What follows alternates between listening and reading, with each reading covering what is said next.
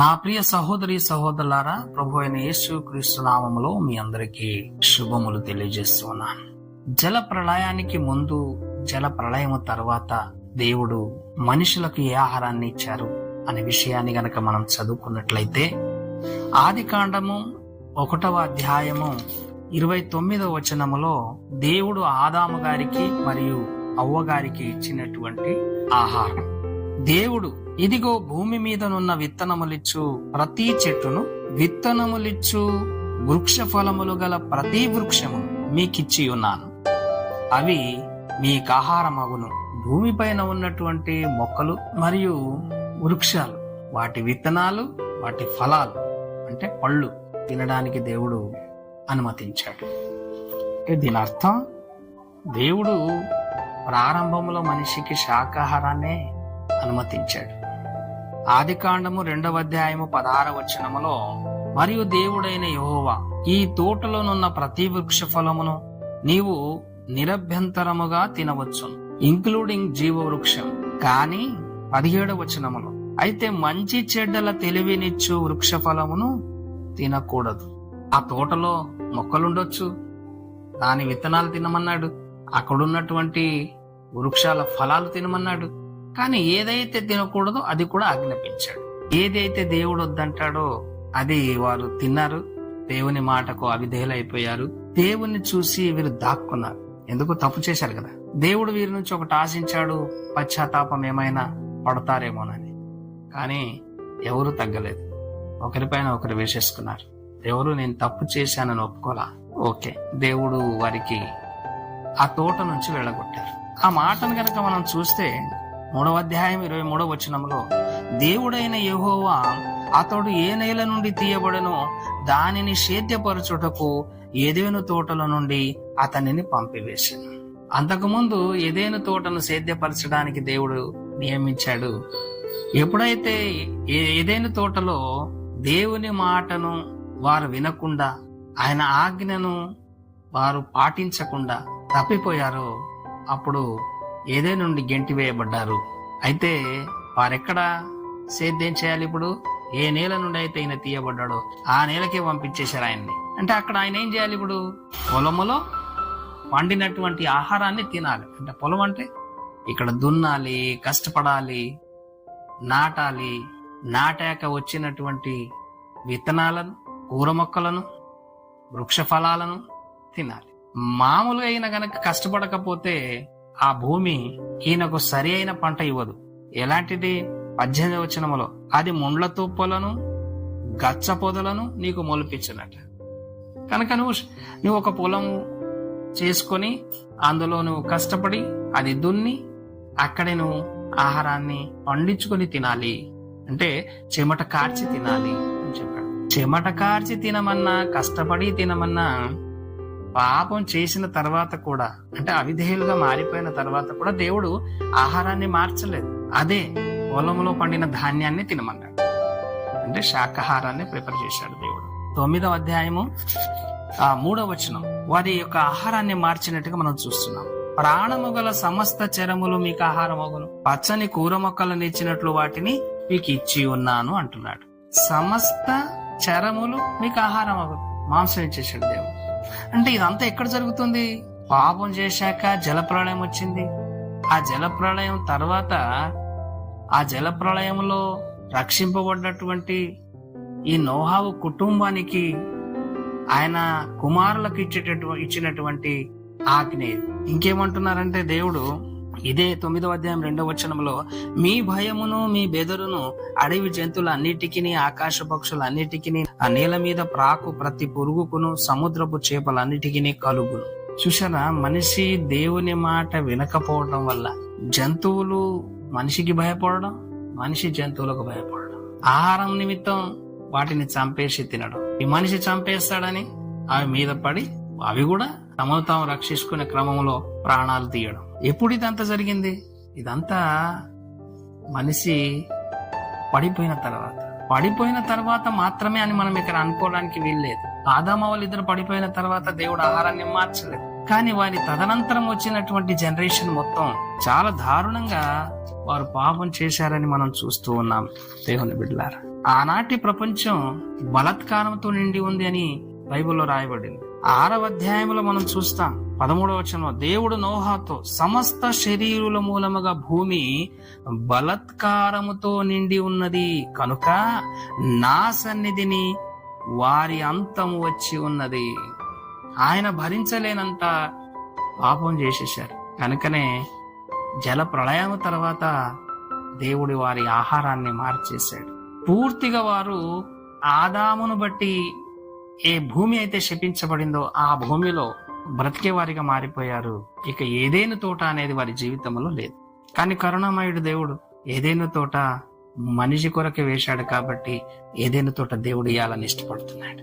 అందుకే ఆదాముకు 3వ అధ్యాయం 15వ వచనంలో ఇచ్చిన వాగ్దానాన్ని బట్టి స్త్రీ సంతానం, ఆ స్త్రీ సంతానం ద్వారా నీకు రక్షణ కలిగిస్తాను, మానవులందరికీ రక్షణ కలిగిస్తానన్నాడు దేవుడు. కనుకనే కాలం పరిపూర్ణమైనప్పుడు కన్యమర్య గర్భములో ప్రభువైన యేసుక్రీస్తుల వారు జన్మించారు. ఆయన రక్తం చేత కడగబడ్డ వారందరూ కూడా సంఘములోని సభ్యులు. ఈ రోజు ఏదేను తోట ఏదో కాదు, సంఘమే. ఆ రోజు నేలమట్టితో నిర్మించినటువంటి ఆదామును దేవుడు తన స్వరూపాన్ని పోలికనిచ్చి ఏదేను అనే ఆహ్లాదకరమైనటువంటి తోటలోకి పంపించాడు. ఇక్కడ దేవుడు యేసుక్రీస్తు ప్రభు ద్వారా, యేసుక్రీస్తు ప్రభు యొక్క రక్తములో పాపులందరినీ కడిగి ఏదేను అనేటటువంటి సంఘం అనే తోటలోనికి పంపిస్తున్నాడు. భూమి పైన ఉన్నటువంటి సంఘం పరలోకములో ఉన్న ఏదేనుకి ఛాయాచిత్రం, జిరాక్స్ కాపీ. కనుక ప్రియమైనటువంటి దేవుని బిడ్డలారా, ఆ ఏదేను తోటలో ఏ విధంగానైతే దేవుని మాట వినకుండా, దేవుని ఆజ్ఞలను కట్టడలను అనుసరించకుండా, చేసిన తప్పుకు పశ్చాత్తాప పడకుండా ఆ ఏదేను తోట నుంచి వారు గెంటివేయబడ్డారు. ఇదిగో నీవు నేను కూడా ఈరోజు సంఘంలో ఉన్నాం. సంఘములో దేవుని యొక్క మాటలు వింటూ, దేవుణ్ణి ఆరాధిస్తూ, దేవుణ్ణి మహిమపరుస్తూ, ఆదాము పోగొట్టుకున్నటువంటి ఆ మహిమను సంఘములో దేవుడు నీకు నాకు ఇచ్చాడు.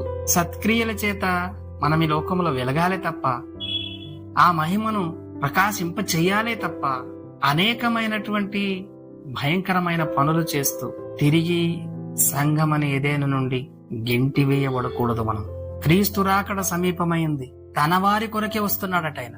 అంటే సంఘములో ఆయనను, ఆయన మాటలను, ఆయన ఆజ్ఞలను అనుసరిస్తున్నటువంటి వారి కొరకే వస్తున్నాడు. సంఘములోని అందరి కొరకు రావటం లేదు. పిలువబడ్డవారు చాలా మంది, ఏర్పరచబడ్డవారు కొంతమంది. ఆ ఏర్పరచబడ్డ వారికి మాత్రమే ఆయన మహిమని ఇవ్వడానికి వస్తున్నాడు. కనుక నా సహోదరి సహోదరులారా, ఏదేనులో ఉన్నటువంటి వారు శాకాహారులే. నేనంటాను సంఘములో కూడా మనం శాకాహారులుగానే ఉండాలి సాధ్యమైనంత మటుకు. నేను ఎందుకంటాను అంటే, సొలొమోను మహారాజు యెరూషలేము దేవాలయం కట్టడానికంటే ముందు ఆ కోరిక ఎవరికి వచ్చిందంటే ఆయన తండ్రి గారైన దావీదు గారికి వచ్చింది. దావీదు గారితో దేవుడు అంటాడు, నేను ఎప్పుడైనా కోరుకున్నానయ్యా నీకు, నాకు ఒక ఆలయం కావాలని. అంత ఇష్టంగా ఆయన లేడు దావీదు ఆ దేవాలయాన్ని నిర్మిస్తానన్నప్పుడు. ఎందుకో ఆ కారణం చెప్తున్నాడు. నువ్వు కట్టొద్దు, నీ సంతానమైనటువంటి నీ కుమారుడు కడతాడు అని అంటాడు. ఎందుకు అనంటే నీ చేతులు రక్తంతో నిండి ఉన్నాయి. కనుక ఏదేను తోటలోనికి మనం ప్రవేశించాలి అనంటే, పరలోకంలో ఉన్న ఏదేను తోటలో ఉన్న జీవవృక్షాన్ని మనం తినాలి అనంటే, తప్పక మనం ఏదేనులో ఏ ఆహారం అయితే దేవుడు అలౌ చేశాడు, ప్రిఫర్ చేశాడు, అదే ఆహారాన్ని మనం అలవాటు చేసుకుందాం. దేవుని బిడ్డలారా, మంచిది. ఇది కేవలం నా ఆలోచన మాత్రమే. ఎందుకంటే సామెతల గ్రంథములు అంటున్నాడు, ఎక్కువ మాంసం తినకూడదట. కానీ ఈరోజు ఒక సామెతే ఉంది, మొక్క లేకపోతే ముద్ద దిగదట. వద్దు. దేవుడు 9వ అధ్యాయంలో కూడా మాట్లాడుతూ అంటాడు, అయినను మాంసమును దాని రక్తముతో మీరు తినకూడదట. చాలా కండిషన్స్ ఉన్నాయి దానికి కూడా. లేవి కాండములు అంటాడు, మీరు కొవ్వు తినకూడదంటాడు. నిజంగా దేవుడు చాలా కరుణామయుడు. ఎందుకు రక్తాన్ని తినవద్దు అంటాడంటే, రక్తమే దాని ప్రాణం. నీకు మాంసాహారాన్ని ఇస్తున్నా గానీ నువ్వు రక్తం తినకూడదు, ఎందుకంటే ఆ రక్తమే దాని ప్రాణం. మరియు మీకు ప్రాణమైన మీ రక్తమును గూర్చి విచారణ చేస్తానంటున్నాడు. అద్భుతమైనటువంటి మాటలు. దాని గూర్చి ప్రతి జంతువును, నరులను విచారణ చేస్తానంటున్నాడు. ప్రతి నరుని ప్రాణమును గూర్చి వాని సహోదరుని విచారణ చేయుదురు అంటున్నాడు. నరుని రక్తము చిందించు వాని రక్తం ఏమంటున్నాడు? నరుని రక్తం చిందించు అని రక్తం నరుని వలననే చిందింపబడు. ఏలయనగా దేవుడు తన స్వరూపమందు నరుని చేశాడు. దేవుడు చాలా క్లియర్ గా ఉన్నాడు. రక్తం చిందించడం దేవునికి ఇష్టంలే, చాలా క్లియర్ గా ఉన్నాడు. ఏదేనులో ఇదంతా లేదు. ఇదంతా జరిగిందంతా ఏదైనా బయటే. ఏదేనుకు ట్రూ కాపీ అయినటువంటి, ఏదేనుకు జిరాక్స్ అయినటువంటి, ఏదేనుకు ఛాయ అయినటువంటి ఈ సంఘం కూడా అంతే పరిశుద్ధంగా ఉండాలి. ఏదేను ఏ విధంగానైతే దేవుడు సంచరించే స్థలము, సంఘము కూడా దేవుడు సంచరించే స్థలమై ఉండాలి. నేను పరిశుద్ధుడను గనక మీరు పరిశుద్ధులుగా ఉండాలంటాడు దేవుడు. ఆయన పరిశుద్ధుల మధ్య సంచరించడానికి ఇష్టపడుతున్నాడు. వాస్తవానికి అతి పరిశుద్ధుడైన దేవుడు తోటలోకి వచ్చినప్పుడు పాపానికి బానిస అయినటువంటి లేదా పాపానికి పడిపోయినటువంటి ఆదామవ్వలు దాక్కున్నారు. ప్రియమైనటువంటి దేవుని బిడ్డలారా, హెబ్రీ పత్రిక సంఘానికే రాయించాడు దేవుడు. అక్కడ అంటున్నాడు దేవుడు, ప్రభు తన ప్రజలకు తీర్పు తీర్చును. తన ప్రజలు అన్నాడు ఇక్కడ, తన ప్రజలకు తీర్పు తీర్చును అనియు చెప్పిన వానిని ఎరుగుదుము గదా. జీవము గల దేవుని చేతిలో పడుట బహు భయంకరం.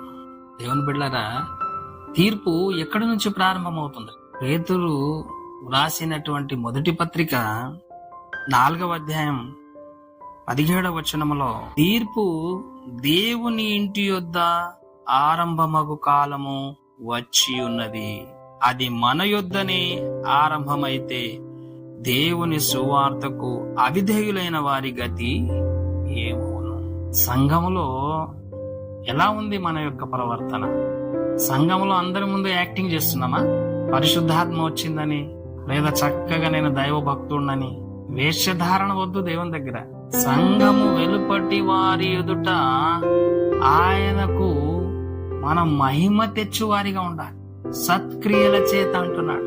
సత్క్రియల చేత మనము ఆయనను మహిమపరిచేవారిగా ఉండాలి. అప్పుడే కదా ఆయన మనల్ని ఆశీర్వదిస్తాడు. పరలోకంలో నీ కొరకు నా కొరకు స్థలాన్ని సిద్ధపరుస్తున్నారు అంటే అది ఆషామాషి కాదు. ప్రియ దేవుని బిడ్డలారా, ఈ భూమి, ఈ ఆకాశం దేవుని మాటలు వింటున్నాయి. ప్రకృతి దేవునికి లోబడి ఉంది. కానీ ఆయన స్వరూపంలో ఉన్నటువంటి మనుషులమైన మనం, ఆయన పోలికలో ఉన్నటువంటి మనం వినేటటువంటి పరిస్థితులు లేవు. మన కొరకు తన కుమారుడు యేసుక్రీస్తు ప్రభు ఈ లోకానికి వచ్చి రక్తం కార్చిన ఆయనందు విశ్వాసం ఉంచుతున్నాం. కానీ పరిపూర్ణతలోనికి రావటం లేదు గనక మనం పరిపూర్ణతలోనికి వచ్చి దేవునికి సంపూర్ణ విధేయులం అవుదాం. దేవుడిచ్చు ఆశీర్వాదాలు పొందుకుందాం. దేవుడి మాటలు దీవించుగాక. ఆమేన్.